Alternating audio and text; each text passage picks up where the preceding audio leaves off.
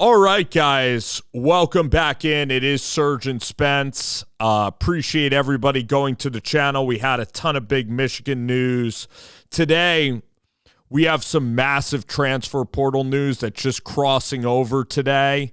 It's Deuce Knight, quarterback at Auburn, 6'4", five-star quarterback, leaving Alex Golesh and leaving the plains of Auburn to enter into the transfer portal. This is big news to the transfer portal market. This resets a little bit of the transfer portal market. I think that his name is right up there with Sam Leavitt, with Drew Mestamaker, Dylan Raiola, Brendan Sorsby. I believe that he's probably immediately a top 5 candidate because you have 2 years of Deuce Knight before he's going to go to the NFL draft. If everything goes according to plan for Deuce Knight, he would be considered a draft pick. So theoretically, you have 2 years of control. You could even have 3 years. He is a freshman, and believe it or not, now thinking about this, Deuce Knight actually could apply for a red shirt because he didn't even play that much last year. He only got in against Mercer. I was clamoring for him to go in earlier to replace Jackson Arnold. Now you also have Ashton Daniels, I believe, in the transfer portal too.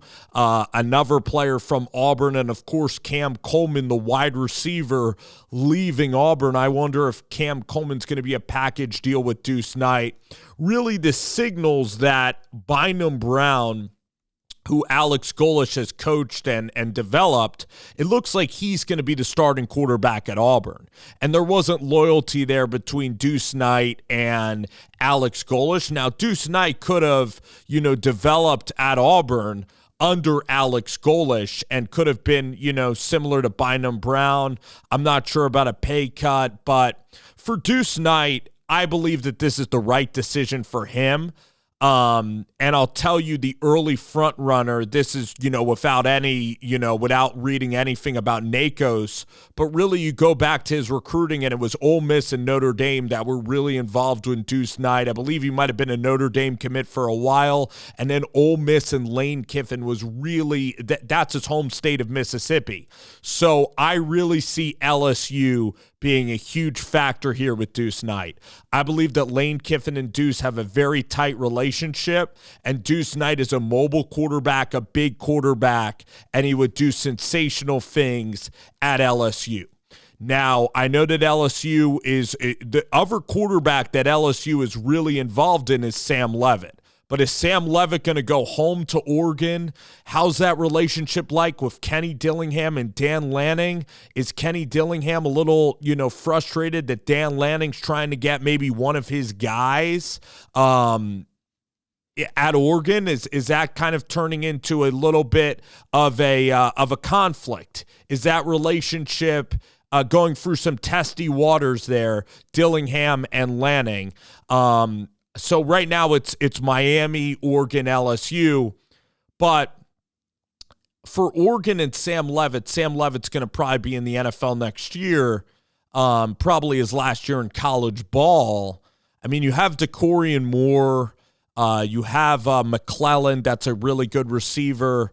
I know Kenyon Sadiq's going to graduate, but DeCorian Moore is one of the best receivers in all of college football. You might even get Evan Stewart back another year.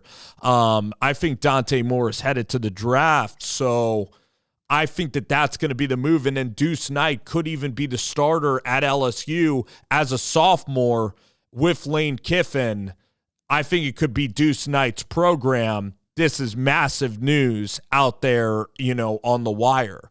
We're going to have to see, is Lane Kiffin then going to take another quarterback? But really, I see LSU because I don't think Ole Miss, I don't think he's going to go with Pete Golding and whoever they're going to hire as an offensive coordinator there. They might have money to spend, but I don't think you would be smart to pass up getting developed by Lane at LSU and going to Ole Miss with like Joe Judge, and no offense to Joe Judge and the coordinators there, but it's not the same offensive skill. You see what Jackson Dart's doing in the NFL. You could see what Lane Kiffin has done with quarterback, whether it be at Alabama I think he had Jalen Hurts and Mac Jones and Bryce Young and Tua and all those guys. So, I mean, Lane Kiffin is a quarterback developer.